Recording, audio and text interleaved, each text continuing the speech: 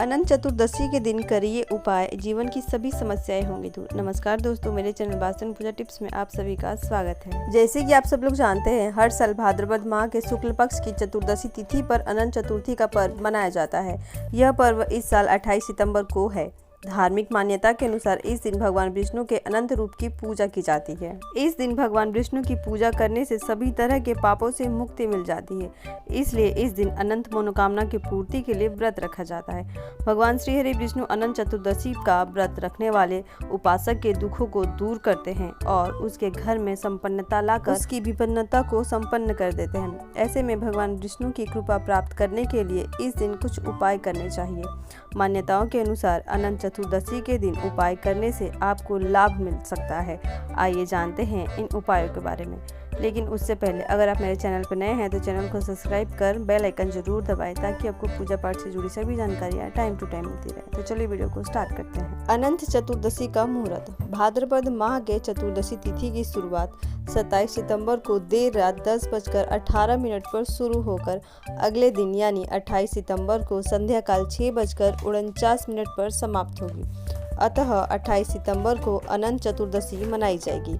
वहीं अनंत चतुर्दशी की पूजा का शुभ मुहूर्त प्रातः 6:12 से लेकर संध्या काल 6:49 तक रहेगा। अनंत चतुर्दशी का महत्व। देश भर में यह पर्व बहुत ही धूमधाम से मनाया जाता है और हिंदू पुराणों में तो इसका काफ़ी ज़्यादा महत्व है। इस दिन गणेश विसर्जन भी किया जाता है। अनंत चतुर्दशी के दिन ही गणेश उत्सव का अंत होता है। इस दिन भगवान विष्णु के अनंत रूप की पूजा की जाती है। इस दिन अनंत चतुर्दशी का व्रत रखना भी काफ़ी फलदायी माना जाता है। इस पर्व के अनुसार इस दिन अनंत सूत्र बांधा जाता है। यह अनंत सूत्र कपड़े, सूतिया, रेशम का बना हुआ होता है। विधि पूर्वक पूजा करने के बाद यह सूत्र लोग अपनी बाजू पर बांध लेते हैं। महिलाएं अपनी बाएं हाथ पर जबकि पुरुष अपनी दाएं हाथ पर अनंत सूत्र बांधते हैं। अनंत सूत्र बांधते वक्त वह अपने परिवार की दीर्घायु और अनंत जीवन की कामना करते हैं। धार्मिक मान्यताओं के अनुसार इस सूत्र को बांधने से सभी प्रकार की समस्याएं खत्म हो जाती हैं और जीवन में खुशियों का आगमन होता है। अनंत चतुर्दशी का पूर्ण लाभ लेने के लिए लोग व्रत के सभी नियमों का बहुत ही ध्यान से और संयम से मानते हुए पूरा करते हैं। कहते हैं कि इस दिन व्रत रखने से घर की नकारात्मक ऊर्जा सकारात्मक ऊर्जा में बदल जाती है और घर की खुशहाली का कारण बनती है। अनंत चतुर्दशी की पूजा विधि। अनंत चतुर्दशी तिथि पर ब्रह्म मुहूर्त में उठकर भगवान विष्णु को प्रणाम कर दिन की शुरुआत करें। इसके पश्चात घर की साफ सफाई कर गंगा जल युक्त पानी से स्नान करें। तदुपरांत आचमन कर पीले रंग का वस्त्र धारण करें। अब सबसे पहले भगवान भास्कर को जल का अर्घ्य दें। तत्पश्चात पूजा गृह में चौकी पर वस्त्र बिछाकर भगवान नारायण की प्रतिमा या चित्र स्थापित करें। इसके सम्मुख कलश स्थापित करें। कलश में अष्टदल कमल रखें। भगवान विष्णु के समक्ष अनंत रक्षा सूत्र रखें। घर में जितने लोग हैं उतना रक्षा सूत्र रखें। अब भगवान नारायण के अनंत स्वरूप की विधि विधान से पूजा करें। आप चाहें तो पंडित जी से अनंत चतुर्दशी की पूजा करा सकते हैं। आरती अर्चना के समय भगवान विष्णु से सुख समृद्धि की कामना करें। वहीं पूजा संपन्न के बाद पुरुष दाहिने हाथ और महिलाएं अपनी बाएं हाथ में रक्षा सूत्र बंधवाएं। एक चीज का ध्यान रखें कि हाथ में हमेशा 14 गांठ वाली ही रक्षा सूत्र बंधवाएं। अनंत चतुर्दशी से जुड़ी कथा। मान्यताओं के अनुसार यह कथा महाभारत काल से जुड़ी हुई है और यह कथा युधिष्ठिर से संबंधित है। कथा के अनुसार पांडवों के राज्यहीन होने के बाद श्री कृष्ण ने उन्हें अनंत चतुर्दशी का व्रत रखने का सुझाव दिया। इसके बाद पांडवों ने हर साल राज्य वापस पाने के लिए व्रत करने के लिए सोचा, परंतु उनके मन में कई प्रश्न थे जिनके उत्तर उन्हें श्री कृष्ण से पूछा, जैसे कि यह अनंत कौन है और इसका व्रत क्यों करना चाहिए। उत्तर देते हुए श्री कृष्ण ने कहा कि श्री हरि के स्वरूप को ही अनंत कहा जाता है और यदि उनका व्रत रखा जाए तो ऐसा करने से जिंदगी में आने वाले सारे संकट खत्म हो जाते हैं। इस पर्व से एक और कथा प्रचलित है। उस कथा के अनुसार सुमंत नाम का एक विशिष्ट गोत्र ब्राह्मण इसी नगरी में रहता था। उसका विवाह महर्षि भृगु की पुत्री दीक्षा से हुआ। इन दोनों की संतान का नाम सुशीला था। दीक्षा की जल्दी हुई मृत्यु हो गई, इसलिए सुमंत ने ककर्षा नाम की कन्या से विवाह कर लिया। उन्होंने अपनी पुत्री का विवाह कौंडिल्य मुनि से करवाया, परंतु ककर्षा के क्रोध के चलते सुशीला एकदम साधनहीन हो गई और वह अपने पति के साथ जब एक नदी पर पहुंची तो उसने कुछ महिलाओं को व्रत करते हुए देखा। उसने भी अपनी समस्याओं का निवारण के लिए चतुर्दशी व्रत रखना शुरू कर दिया और इस तरह व्रत रखने के बाद उसकी सभी मनोकामना पूर्ण हो गई। अनंत सूत्र के 14 गांठ का रहस्य। अनंत चतुर्दशी के दिन पूजा के बाद बाजू में बांधे जाने वाला अनंत सूत्र में 14 गांठ होती है। शास्त्रों के अनुसार ये 14 गांठ वाले सूत्र को 14 लोक जैसे भूलोक, भुवलोक, स्वलोक, महलोक, जनलोक, तपोलोक, ब्रह्मलोक, अतल, बीतल, सतल, रसातल, तलातल, महातल और पाताल लोक का प्रतीक माना जाता है। अनंत सूत्र के प्रत्येक गांठ प्रत्येक लोक का प्रतिनिधित्व करता है। साथ ही इसे भगवान विष्णु के 14 रूपों अनंत, ऋषिकेश, पद्मनाभ, माधव, बैकुंठ, श्रीधर, त्रिविक्रम, मधुसूदन, वामन, केशव, नारायण, दामोदर और गोविंद का भी प्रतीक माना जाता है। कहा जाता है कि 14 लोकों की रचना के बाद इसकी संरक्षण व पालन के लिए भगवान 14 रूपों में प्रकट हुए थे और अनंत प्रतीत होने लगे थे। इसलिए अनंत को 14 लोक और भगवान विष्णु के 14 रूपों का प्रतीक माना जाता है।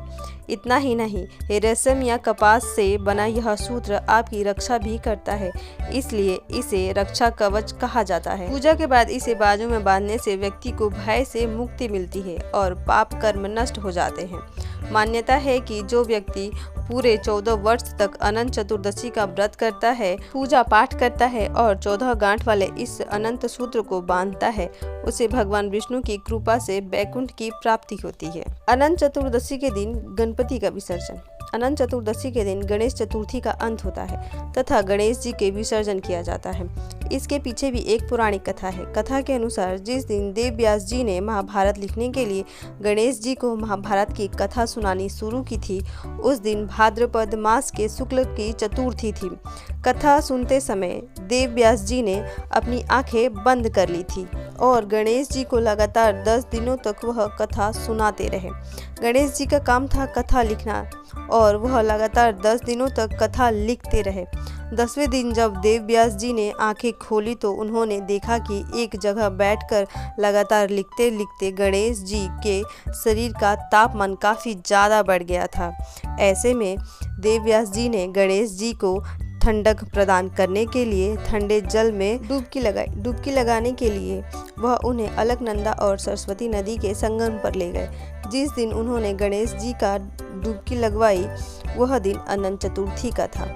वही वजह है कि अनंत चतुर्दशी के दिन गणेश चतुर्थी का अंत होता है और इस दिन गणेश जी का विसर्जन किया जाता है। 10 दिनों तक लगातार साधना करने के बाद उनका विसर्जन किया जाए तो इसकी मनोवांछित फल की प्राप्ति होती है। अनंत चतुर्दशी व्रत नियम। कई भक्त भगवान विष्णु के प्रतीक भक्ति और कृतज्ञता के प्रतीक के रूप में अनंत चतुर्दशी पर व्रत रखते हैं। उपवास सूर्य उदय से शुरू होता है और शाम की प्रार्थना के बाद समाप्त होता है। अनंत चतुर्दशी व्रत के दौरान अनाज, दालों और कुछ सब्जियों का सेवन करने से बचना चाहिए। इसके बजाय फल, दूध और व्रत में खाई जाने वाली अन्य चीजों का सेवन किया जाना चाहिए। माना जाता है कि इस व्रत से आत्मिक शुद्धि और भगवान विष्णु का आशीर्वाद मिलता है। प्रार्थना और भक्ति पर ध्यान केंद्रित करते हुए पूरे दिन एक शांतिपूर्ण और सकारात्मक मानसिकता बनाए रखना महत्वपूर्ण है। इस दिन पूजा के बाद अनंत सूत्र बांधना ना भूलें। इन बातों का रखें खास ध्यान। अनंत चतुर्दशी मनाते समय कुछ बातों को जरूर ध्यान में रखें। इस शुभ दिन पर शराब, मांसाहारी भोजन और प्याज लहसुन का सेवन करने से बचना चाहिए। आंतरिक और बाहरी दोनों तरह से एक स्वच्छ और शुद्ध वातावरण बनाए रखने की सलाह दी जाती है। नकारात्मक विचारों या कर्मों में शामिल होने से बचें और इसके बजाय प्रार्थना, ध्यान और दान कार्य पर ध्यान केंद्रित करें। अनंत चतुर्दशी के उपाय। यदि आप मुसीबतों से छुटकारा पाना चाहते हैं तो अनंत चतुर्दशी के दिन 14 लौंग लगा हुआ लड्डू सत्यनारायण भगवान को चढ़ाएं। पूजा के बाद इसे किसी चौराहे पर रख दे। ऐसा करने से मुसीबत आपसे दूर रहेगी। अनंत चतुर्दशी के दिन कलाई पर 14 गांठ युक्त रेशमी धागा जरूर बांधे। इस धागे को अनंत सूत्र कहा जाता है। मान्यता है कि विधिवत पूजा करने के बाद कलाई पर धागा बांधने से आत्मविश्वास में वृद्धि और सभी कष्टों से मुक्ति मिलती है। अनंत चतुर्दशी के दिन सत्यनारायण भगवान की पूजा करें। साथ ही कलश पर 14 जायफल रखें। पूजा संपन्न होने के बाद इस जायफल को बहते हुए जल में प्रवाहित कर दें। ऐसा करने से पुराना विवाद भी खत्म हो जाता है। यदि आप या आपके परिवार का कोई सदस्य किसी पुरानी बीमारी से ग्रसित है तो अनंत चतुर्दशी के दिन अनार उसके सिर से वार कर भगवान सत्यनारायण के कलश पर चढ़ाए और फिर इसे किसी गाय को खिला दे। ऐसा करने से पुराना रोग जल्दी ही ठीक होगा। वीडियो में अंत तक बने रहने के लिए आपका बहुत बहुत धन्यवाद। मिलते हैं फिर किसी नए वीडियो में, तब तक के लिए राधे राधे।